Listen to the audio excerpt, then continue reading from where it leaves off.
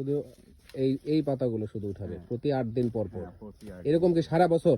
হ্যাঁ, সারা বছর। সারা বছর হতে থাকে না, কোনো সিজন নাই?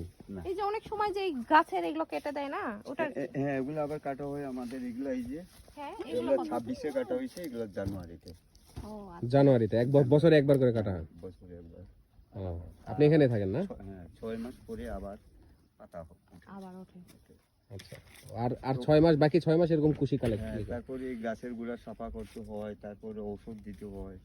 বিভিন্ন ধরনের, একটা বাচ্চাকে যেভাবে যত্ন করে চা গাছকে সেইভাবেই যত্ন করার লাগে। পুরা এরিয়া জুড়ে না? হ্যাঁ, area জুড়ে। এই যতগুলা টিলা আছে এগুলা সবগুলাতেই কি চাল আছে? চা বাগান। আপনারা এরকম কতজন কাজ করতেছেন? এখানে আমাদের 2500 শ্রমিক আছে। 2500 শ্রমিক আছে এই টি স্টেটের। আচ্ছা, বাহ, খুব ভালো। এই কাঁঠাল মাঠাল এগুলো কি করেন? এগুলা আমাদের ওই বাগানে এগুলা লিজে দেওয়া দিছে। ও, লিজ দিয়ে দিছে না? হ্যাঁ, লিজে দিয়ে প্রচুর কাঁঠালের গাছ। প্রচুর কাঁঠালের গাছ। আর কোনো ফলের গাছ আছে নাকি? না, আগে ছিল কমলার গাছ, এগুলো সব মইটা সাফা হয়ে গেছে। না ওটাই শুনলাম, কমলা বাগান এসে শুনতেছি নাই, না, আগে ছিল। এগুলা ছিল, প্রচুর কমলা ছিল আবার। তবে কমলা গাছগুলা একটা হঠাৎ ওই বৃষ্টির কারণে সব গাছ মরে গেল। আচ্ছা আচ্ছা, বাহ, খুব ভালো।